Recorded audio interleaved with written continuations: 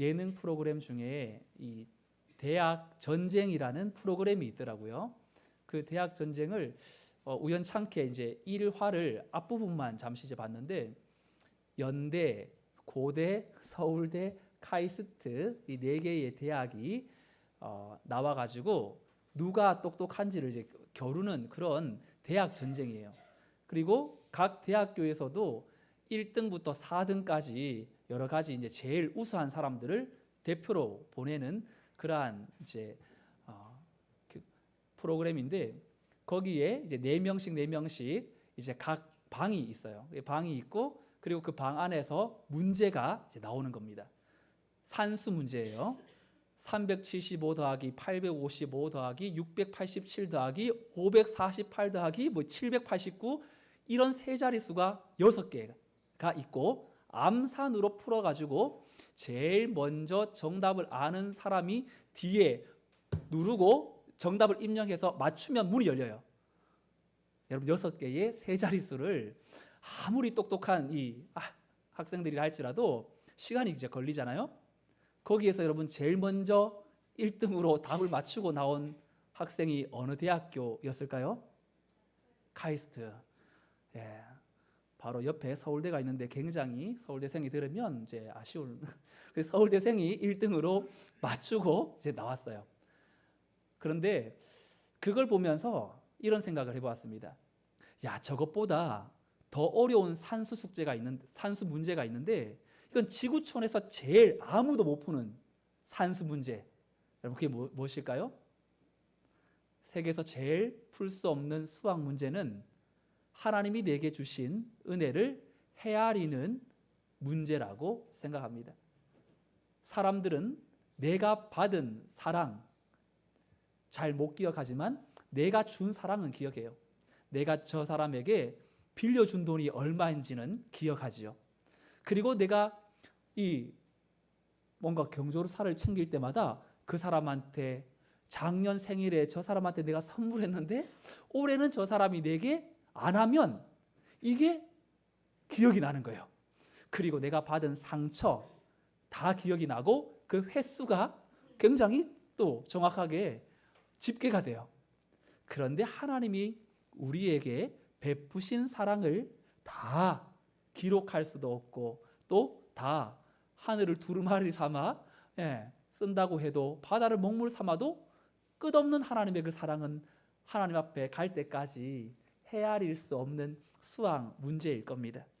오늘 요한계시록 7교회의 말씀을 잠시 내려놓고 추수감사주일에 오늘 감사에 대한 내용들을 같이 여러분들과 나눌 때에 하나님 앞에서 참으로 우리에게 어떠한 감사를 하고 있는지 스스로를 돌아보면서 하나님의 그 무한하신 그 은혜 앞에 우리가 해야 될 감사의 삶이 다시금 회복될 수 있기를 주님의 이름으로 축원드립니다. 오늘 본문은 나병 환자들이 주님을 만나고 고침을 받은 사건을 기록하고 있고, 여러분들이 이 본문을 통해서 최소한 5번 이상은 설교를 들었던 본문일 겁니다. 오늘 이 나병 환자들은 어떻게 주님을 만나게 되었는가? 우리 오늘 본문 11절 말씀을 다시 한번 읽어보겠습니다. 11절 시작. 예수께서 예루살렘으로 가실 때에 사마리아와 갈릴리 사이로 지나가시다가, 지도를 보시면 이제 예수님께서 어떠한 이 행로를 따라오는지를 우리가 볼 수 있는데요. 주님은 나사렛 출신이에요. 그래서 공생의 사역의 초기에는 저쪽 북쪽에 있는 갈릴리에서 주로 사역을 많이 하셨습니다. 그런데 공생의 후반기가 되면 이제 서서히 예수님의 십자가 골고다 언덕이 있는 남쪽 지역인 이 예루살렘으로 내려오죠. 그런데 오늘 본문이 17장 이 내용인데, 바로 앞절까지 우리 주님께서 어디에서 사역해야 하냐면 예루살렘의 오른쪽에 있는 베레아라는 이 빨간색의 글씨, 여기에서 사역을 하셨어요. 그래서 이 베레아에서 나사로, 이 예수님의 그 잘 섬겼던 마리아와 이 마리다가 우리 오라버니가 죽게 되었으니 고쳐달라고, 그래서 베레아에 있던 주님이 요단강을 건너서 거기 예루살렘과 베들레헴 사이, 그 사이에 베다니가 있는데 베다니에서 이 나사로를 고치세요. 그러니까 오늘 본문은 어쩌면 갈릴리에서 쭉 내려오다가 한 곳을 들린 것이 아니라 예루살렘 주변에 계셨던 주님께서 그의 마지막 공생의 사역 후반기에 다시금 위쪽으로 올라가셔서 오늘 나병 환자들을 만나신 것입니다. 그러니 어쩌면 주님께서는 그의 목적지인 예루살렘이라는 곳에 당도해 계시는 그 즈음에 있지만 주님은 한 사람, 한 생명, 한 영혼이 구원받는 것에 너무나 많은 관심을 가지고 계셨기 때문에 일부러 그 위까지 올라간 것이라고 저는 봅니다. 그래서 주님이 오늘 이들을 어떻게 만났는지 자연스러운 행로가 아니라 하나님 예수 그리스도의 그런 한 영혼을 생각하시는 주님의 마음이 이 본문 11절의 행로를 통해서 드러납니다. 자, 그러면 한 마을에 들어가서 12절에 보니까 나병 환자 10명이 예수님을 만나는데 접촉하지 못하고 12절에 보면 멀리 서서라는 말이 있죠. 10명의 나병 환자, 왜 멀리 서 있습니까? 나병 환자였으니까요. 나병 환자는 문둥병이라고 예전에 말했고 우리 소록도 같은 데에서 그런 나 환자분들이 많이 살고 있어서 나 환자촌이라고도 불리우기도 했죠. 당시 이 나 환자들은 전염성이 굉장히 강했던 피부병을 가지고 있었기 때문에 코로나가 터졌을 때 우리가 격리된 것처럼 함께 한 마을에 살지 못하고 가족들도 이들과 분리되어야만 했습니다. 그리고 이 사람들이 자기들끼리 부락을 이루어서 살다가 일반인들이 이제 가까이 오면 자기가 나 환자라는 것을 알려야 하기 때문에 부정하다를 외쳐야만 했던 그런 참 안타까운 인생을 살아갈 수밖에 없었어요. 그러다가 이 일반인들이 가까이 왔는데도 부정하다라는 말을 외치지 않으면 돌에 맞아 죽을 수 있는 상황에 가정에서도 거부되고 공동체에서도 거절당한 채 살고 있었던 이들이 총 10명이었는데 성경은 몇 명이 유대인이고 몇 명이 사마리아인 사람인지를 말해주지 않아요. 그런데 오늘 본문을 보면 중요한 질문이 생기죠. 여러분, 유대인들과 사마리아인들은 서로 사이가 어때요? 좀 친합니까? 으르렁거립니까? 으르렁거리고 상종조차 하지 않는 사람들이에요. 그런데 오늘 나병이라는 하나의 공통점을 가지고 있는 이들이 지금 한 마을에서 서로 얼싸 안으며 서로의 아픔을 또 위로하고 격려하면서 살아가고 있었다는 것입니다. 동병상련이라고 나병이 아니었다면 그들은 결코 하나 될 수 없었던 민족들이었는데 그들은 같은 병을 가지고 있으면서 너 유대인이냐? 너 사마리아인이냐? 이런 걸 중요하게 여기지 않았어요. 그래서 절박함은 원수도 친구를 만든다고 말합니다.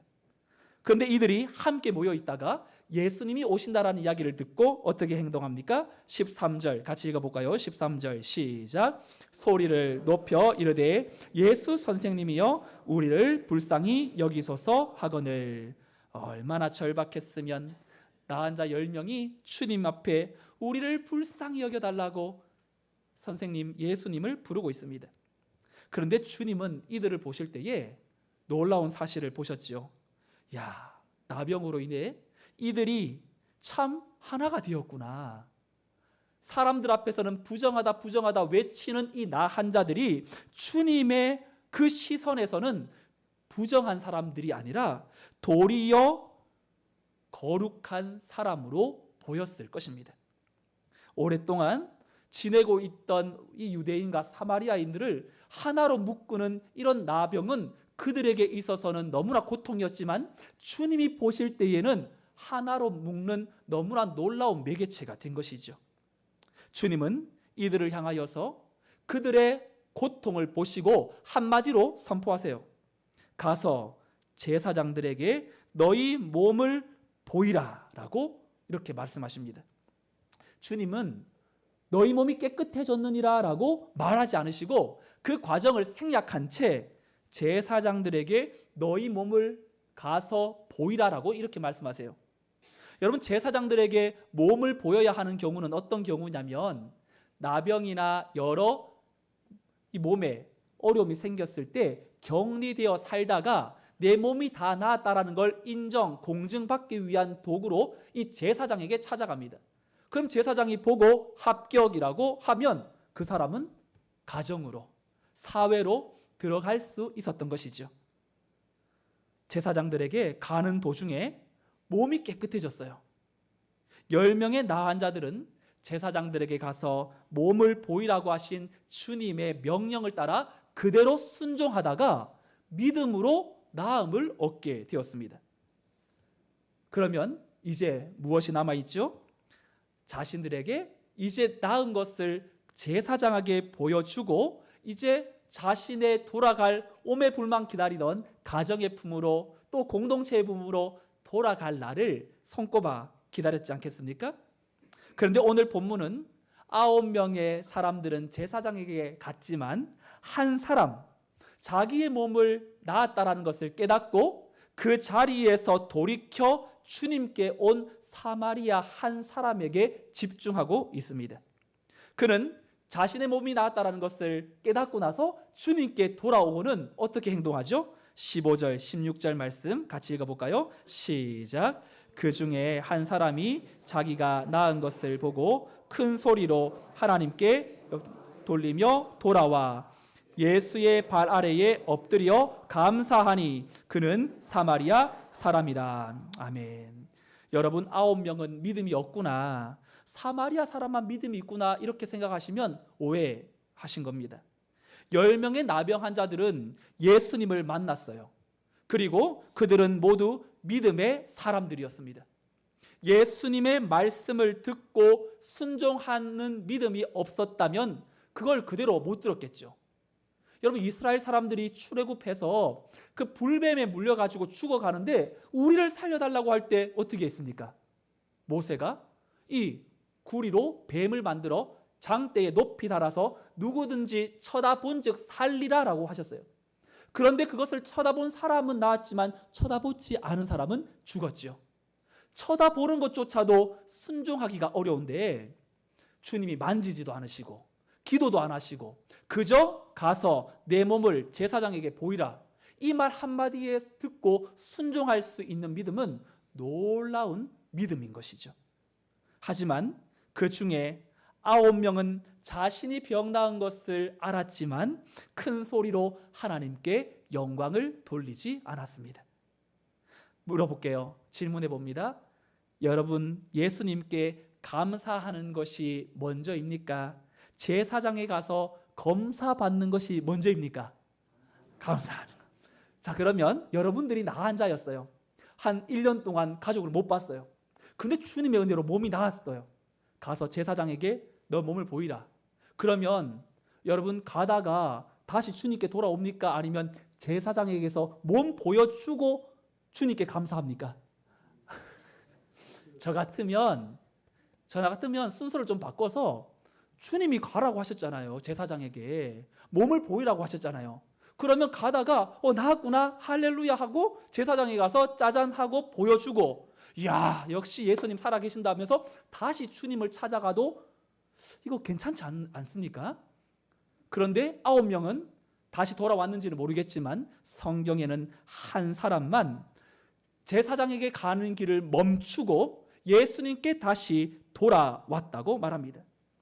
이 9명과 1명의 결정적인 차이가 여러분 무엇일까요? 그 9명은 기적을 보고 감격했다면 사마리아 사람은 기적을 일으키신 주님을 보고 감격했어요. 9명은 기적 자체에 깜짝 놀랐습니다. 그런데 1명은 기적을 일으키신 주님을 보고 깜짝 놀라 감사하면서 흥분했습니다. 우리도 신앙생활하면서 하나님이 우리에게 주신 것들이 너무 많죠. 그래서 그 것들을 다 헤아릴 수 없을 만큼 이것도 해주셨구나 저것도 해주셨구나, 자꾸 우리 손에 들려 있는 것, 내 기도의 응답, 여기에 집중한 나머지 하나님 그 자체를 좋은 분, 그 하나님께 집중하는 것에서는 우리가 오늘 좀 9명의 그 환자들처럼 그러한 행색을 하지 않는지 돌아보아야 합니다. 하나님과의 관계에서 오는 그 감사함을 크게 보지 못한다면 우리는 선물에 집중하게 됩니다. 하나님이 좋아서가 아니라 하나님이 주시는 것에 그저 내 마음이 빼앗긴다면 우리는 하나님을 요술램프 치니처럼 믿고 있는 것이지요. 여러분, 추수감사절이 되었어요. 매년마다 감사하겠다, 감사의 설교하겠다, 감사해야지 너무나 익숙한 나머지 오늘 이 자리에 오셨다면 여러분, 최고의 감사 제목이 무엇인지를 다시 한번 생각해 보아야 합니다. 감사 페스티벌을 하면서 여러분들의 감사 제목을 어제 밤 11시에 설교를 좀 마무리하다가 우리 성도님들은 무슨 감사를 이렇게 하셨을까 내려와 가지고 하나하나 다 읽어보았어요. 집사님, 장로님, 또 권사님, 여러 성도님들이 써놓은 것들을 보면서 마음에 조금은 염려가 되었습니다. 우리 성도님들이 감사의 제목을 이거 해주셔서 감사하고 저거 해주셔서 감사하고 뭔가 조건으로 감사하고 있지는 않을까. 하나님 그분으로 인해서 내가 감사하고 있다라는 표현이 없으면 어떡할까. 그래서 만약 이곳에 참여하지 못한 분, 감사할 것이 별로 없는데, 지금도 힘든데, 지금도 어려움이 있는데, 뭔가 고난 중에 있는 분들은 감사함을 못 쓰고 그저 기도 제목 응답받은 분만 감사 기도 카드를 내셨으면 어떡하나. 그런데 읽어보았더니 저의 괜한 걱정이었어요. 많은 성도님들이 조건보다 하나님으로 인해 감사하고 있었음을 보게 되었습니다. 그래서 저도 하나를 작성해가지고 이렇게 걸어 놓았는데 여러분들의 마음을 생각해 보았어요. 야, 보통 열정이 아니다. 이걸 써가지고 이걸 제출한다는 거는 여러분 마음속에 있는 걸 글로 표현하는 건 정말 어려운 문제예요. 글을 안 쓰시고 오랫동안 그냥 말을 많이 하신 분들은 더더욱 그렇죠. 그래서 지난주에 신금을 울린 분들을 선정해가지고 선물을 드리겠다고 했는데 큰 실수를 했어요. 그래서 이분들은 다 선물 받아야 된다. 누가 감사함을 신금을 울리냐 안 울리냐로 결정하냐. 이 어리석은 목사야. 그러면서 하나님이 주신 마음에 설교 준비하다가 교육자분들한테 야, 이거 이렇게 하시면 안 되겠다고, 우리 참여하신 분들 다 이게 액수를 낮추더라도 다 드려야 되겠다. 그럼 오늘 설교를 듣다가 목사님, 저는 집이 멀어가지고 오늘 가져왔는데요. 오늘 가져오면 안 됩니까? 오늘까지 인정해 드리도록 하겠습니다. 혹시 안 쓰셨는데 일부러 막 지어서 쓰지는 마시고 가져오신 분들 이렇게 쓰시면 다음 주에 여러분들에게 작지만 또 기념이 될 만한 것들을 나눠드리도록 하겠습니다. 여러분들의 마음속에 추수감사절을 기점으로 우리의 감사가 시편 23편 1절의 감사로 바뀌었으면 좋겠는데 우리 너무 잘 아는 말씀 함께 읽어볼까요? 시편 23편 1절 시작. 여호와는 나의 목자시니 내게 부족함이 없으리로다. 아멘.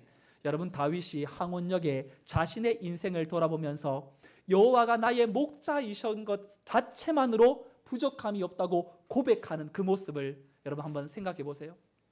우리의 손에 무언가 들려 있음으로 감사한 것이 아니라 여호와가 목자이고 나는 그분의 어린 양이다라는 걸 인정하는 순간 양은 목자에 전적으로 내 삶을 맡기죠. 그러니 목자는 누구보다도 양의 상태를 잘 아니 그 양이 원하는 대로 때로는 안 가는 것처럼 보여도 하나님의 목자이신 그분의 판단, 그분의 인도하심이 너무나 신묘막측하여 결국 양이 양질의 꼴을 먹으면서 살아가도록 하시는 그 목자이신 주님으로 말미암아 감사하는 것, 그것이 바로 우리의 감사가 되어야 될 줄로 믿습니다. 10명의 나병 환자 중에 한 명은 자신의 몸에 일어난 기적에 집중하지 않고 그 기적을 일으키신 주님께 집중하자 주님도 깜짝 놀랍니다. 주님이 깜짝 놀라셔서 세 가지의 질문을 하시는데 여러분 어떤 질문을 했는지 17절 18절 말씀 같이 읽어볼까요? 17절 18절 시작. 예수께서 대답하여 이르시되 10사람이 다 깨끗함을 받지 아니하였느냐? 그 9은 어디 있느냐? 이 이방인 외에는 하나님께 영광을 돌리러 돌아온 자가 없느냐 하시고, 주님은 세 개의 질문을 연속으로 퍼부으세요. 10사람이 다 깨끗함을 받지 아니하였느냐? 그 9은 어디 있느냐? 이 이방인 외에는 하나님께 영광을 돌리러 온 자가 없느냐? 예수님의 질문을 주의 깊게 보면 진정한 믿음이라는 것은 감사를 동반하게 되어 있다는 것을 알게 됩니다.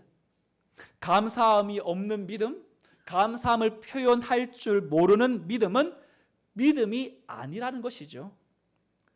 많은 사람들이 어려움 앞에 기도합니다. 그리고 기도 제목을 저에게도 부탁합니다. 그런데 기도 제목은 부탁 많이 하는데 그 기도의 결과에 대해서는 알려주는 분이 없으세요. 야, 권사님 지난번에 이 기도 제목 부탁하셨는데 어떻게 되셨죠? 잘 이루어졌어요. 잘 응답 받았습니다. 그런데 왜 말씀을 안 하셨어요? 그냥 뭐 아는 것처럼, 그죠? 감사하지 못하고 그 급할 때의 마음과 응답 받았을 때의 마음에 이제는 내가 생각했던 그러한 모든 어려움들이 해결되었을 때에 우리의 마음이 달라지는 것. 어떤 분들은 목사님, 이 문제만 해결되면 저 교회 나가겠습니다. 지금보다 덜 바빠지면 제가 봉사할게요. 사업이 안정되고 또 돈이 좀 많이 벌어지고 그러면 선교 헌금도 하고 그리고 구제 헌금도 하고 11조도 하겠습니다. 그러나 신앙생활 하면서 그 조건이 만족되어도 자기가 했던 것을 지키는 분들은 잘 못 보았습니다. 하지만 우리의 인생의 여정 속에 우리가 할 수 있다고 무언가 해결되고 내 뜻 앞에 조건이 또한 다 허락이 되면 무언가를 하겠다라는 건 결국 하지 않겠다는 것과도 같습니다. 지금 감사하지 않으면 나중에는 그 감사는 사라지고 말 것입니다. 우리의 인생의 여정 속에 하나님께서 찾아오셔서 베풀 만한 은혜를 베푸셨을 때 우리에게 기대하시는 것은 딱 하나, 그 응답으로 말미암아 무엇을 감사하느냐. 정말 우리는 베푸신 그 하나님의 은혜에 감사하는 그 마음, 그래서 기적에 초점을 맞추는 것이 아니라 기적을 베푸시는 주님을 향하여 나아가야 된다는 것입니다. 사마리아 사람은 예수의 발 앞에 엎드려 감사할 때 주님은 놀라운 선언을 하시죠. 우리 19절 말씀 함께 읽어볼까요? 19절 시작. 그에게 이르시되 일어나 가라, 내 믿음이 너를 구원하였느니라 하시더라. 아멘. 주님은 너의 병을 내가 고쳐주었으니까 너는 평생 내 종이 되어 시키는 대로 행하라 라고 말씀하지 않으시고 내 믿음이 너를 구원하였느니라 라고 말씀합니다. 여러분, 내 믿음이 너를 구원하였다라는 이 말은 하나님과의 관계가 이제 확실하게 생겼다라는 선포입니다.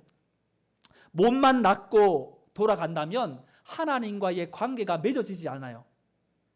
그런데 주님과의 관계가 이제 맺어졌으니 삶으로 돌아가서 하나님과의 관계 속에서 살아가라는 것입니다. 사랑하는 성도 여러분, 기적만 보는 것이 아니라 기적을 베푸시는 그 주님과의 깊은 관계로 들어갈 수 있기를 주님의 이름으로 소망합니다. 성경을 보면 믿음은 마라톤에 비유합니다. 여러분, 달리기를 잘하기 위해서는 3가지를 잘해야 되는데 하나는 출발, 스타트, 그리고 과정, 러닝, 그리고 마지막은 피니시라는 결승점에 도착해야 합니다. 오늘 나병 환자 10명은 출발도 좋았고 과정도 좋았습니다. 훌륭한 믿음을 가지고 열심히 달렸습니다.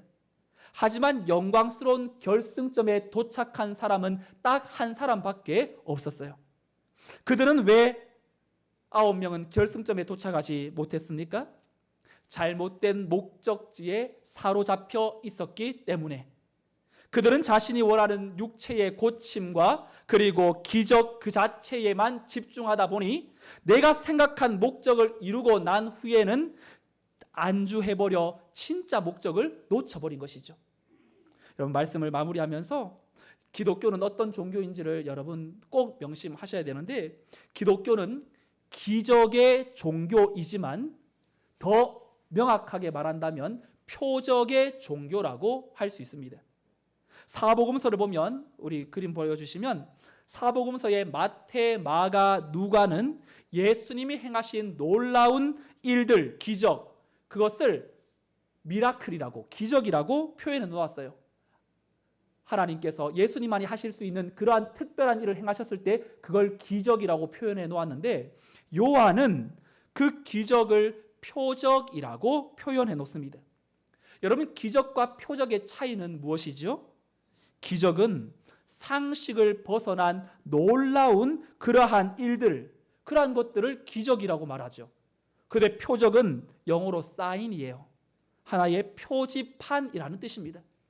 표지판은 기능이 뭡니까? 가리키는 목적지를 안내해 줍니다. 이 기적이 목적이 아니라 이 기적을 행하신 그 목적지를 향하여 안내하고 있는 것이 표적이라는 것입니다. 하나님께서 우리의 인생에 기적과 은혜와 선물을 주실 때에는 우리도 그것에 마음 빼앗길 수가 있죠. 하지만 우리에게 일어나는 수많은 그러한 감사의 제목들은 그것을 디딤돌 삼아서 궁극적인 목적지인 예수 그리스도에게로 달려가야 될 줄로 믿습니다. 주님께서 10명의 나병 환자들에게 기대했던 것이 바로 이것이겠죠. 단순히 이 땅에서 잠시 또 살다가 없어질 너희들의 육체의 안위가 아니라 영원한 궁극적 세계 안으로 들어오기를 원하셨는데, 그 영혼의 구원을 허락받은 사람은 감사함으로 마음으로 믿어 의에 이르고 입으로 신하여 구원함에 이르는 한 사람밖에 없었다는 사실을 오늘 우리는 주목해서 보아야 합니다. 오늘 본문은 11절에 시작되는 곳이 사마리아와 갈릴리 사이였어요. 주님도 이들을 가까이에서 만날 수 없어서 경계선에서 이들을 대하셨죠. 그들은 주님으로 말미암아 경계가 풀리고 이제 그들이 원하는 세상으로, 가정으로 들어갈 수 있었습니다. 하지만 그들의 몸은 회복되었지만 영혼의 경계는 여전히 풀리지 않고 주님과 단절된 채 9명은 살아야만 했습니다. 오늘 우리는 어디에 서 있습니까? 현실과 이상이라는 경계선에 우리도 서 있습니다. 이 땅에서 필요한 현실적인 문제가 더 크게 보이고 그 문제를 하나님께 가지고 나아갑니다. 그런데 하나님이 주시는 더 영적인 부요함, 주님과의 친밀함, 하나님과의 깊은 교제, 사귐, 이것은 그저 이상이라고 생각하고 9명의 나병 환자들이 추구하는 그러한 삶을 지향하고 있을 때가 얼마나 많은지. 그래서 저는 9명의 나병 환자의 믿음은 주시옵소서의 믿음이라고 규정합니다. 사마리아 사람의 믿음은 그 대신 감사합니다의 믿음이었습니다. 주시옵소서의 믿음은 무엇인가를 자꾸 받는 믿음을 말하고, 감사합니다의 믿음은 드리는 믿음을 말합니다. 현실에 살아가는 성도가 쉬운 이 믿음은 주시옵소서의 믿음. 그래서 우리의 기도의 제목을 살펴보면 달라고 하는 기도가 많지 않습니까? 하지만 주님은 더 나아가 감사하는 믿음을 회복되기를 원하세요. 감사한다는 것은 앞으로 주실 것도 하나님의 손에 달려 있음을 인정하는 자만이 고백할 수 있는 것이죠. 오늘 말씀을 마무리하면서 우리의 삶에 감사가 회복되어야만 우리의 삶의 모든 문제는 그 문제보다 크신 하나님께 집중하게 될 것입니다. 찰스 스펄전 목사님은 별빛에 감사하는 자에게는 하나님이 달빛을 주시고, 달빛에 감사하는 자에게는 하나님이 햇빛을 주시고, 햇빛에 감사하는 자에게는 영원히 지지 않는 주님의 은혜의 빛을 주신다고 말씀합니다. 바라기는 우리의 삶에 오늘 가정으로 돌아가면, 오늘 여러분들 이제 식사 자리에 가면, 공동체 소그룹에서 만나면 여러분 세상 이야기보다 감사한 기도의 마음, 저 나눔 페스티벌에 다른 이들이 내 글을 혹시 못 읽었을 수도 있으니까 나 이런 것 때문에 감사해, 참 하나님 너무 감사해, 이런 하나님으로 인해서 내가 얼마나 감사한지 감사의 고백을 여러분들 서로가 나누고, 그리고 가정으로 돌아가서도 부모가 자녀에게, 또 자녀는 부모에게, 남편은 아내에게, 아내는 남편에게 감사함의 그 한마디를 여러분 꺼내는 순간 그 감사는 작은 천국을 이루는 은혜의 통로가 될 것입니다. 왜 불화가 일어나고 왜 화목하지 못합니까? 감사한 마음이 없기 때문이죠. 오늘 우리가 감사만 회복되면 저절로 우리의 인생에 남은 여생은 하나님께서 인생의 마침표, 그 감사로 그 삶이 맞춰지게 할 줄로 믿습니다. 오늘 추수감사주일을 맞아 온 성문교회 성도들은 인생의 마침표 주시옵소서의 믿음에 머물러 있지 말고 감사합니다의 그 믿음으로 앞을 향해 힘있게 내딛는 복된 주의 권속들이 다 되시기를 주님의 이름으로 축원드립니다. 아멘. 다 같이 일어나셔서 날 구원하신 주 감사 함께 찬양하겠습니다.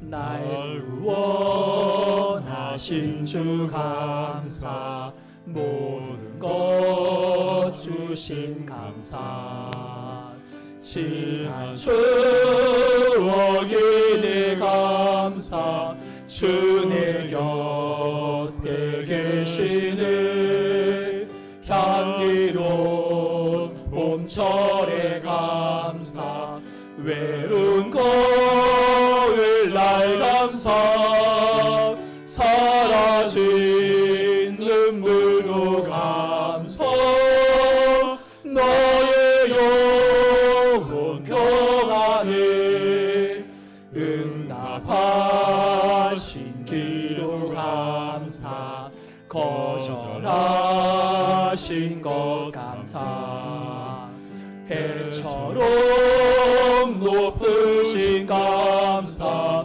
모든 것 채우시네 나쁨과 기쁨도 감사 절망 중 위로 감사 승량 못하는 내 감사 크신 사랑 감사해 길가에 장미꽃 감사 장미꽃가시 감사 따스한 가정 희망 주신 것 감사 기쁨과 슬픔도 감사 하늘 평안을 감사 내일 희망을 감사 영원토록 감사해. 감사하는 믿음이 있어야 기도했다고 해서 그 문제가 해결되지 않을 때 기도해도 별 수 없다, 예수 믿어도 뭐 아무 소용 없네, 이런 말이 안 나오는 것입니다. 하나님은 우리의 모든 것을 아시고 하나님의 방법대로 우리의 인생을 이끌어 가실 것입니다. 오늘 하나님을 인정하고 하나님이 나의 삶의 목자 되신다라는 사실을 분명히 고백하는 성도는 어떠한 상황에도 감사한 마음을 가지게 하여 주옵소서. 내가 원하는 것을 얻음으로 인하여서 감사하기보다 하나님으로부터 오는 관계성으로서의 감사, 주시옵소서의 믿음이 아니라 감사함의 믿음이 내 삶에 회복되게 하여 주시도록, 목적지가 기적이 아니라 기적을 베푸시는 예수 그리스도에게 집중하는 우리의 삶이 되게 해달라고, 우리의 입술에 감사의 열매가 넘쳐나게 해달라고 함께 통성으로 기도하겠습니다. 하나님 아버지 감사합니다. 우리의 인생을 여전히 인도하시고 하나님의 그 크신 사랑으로 인하여 감사드립니다.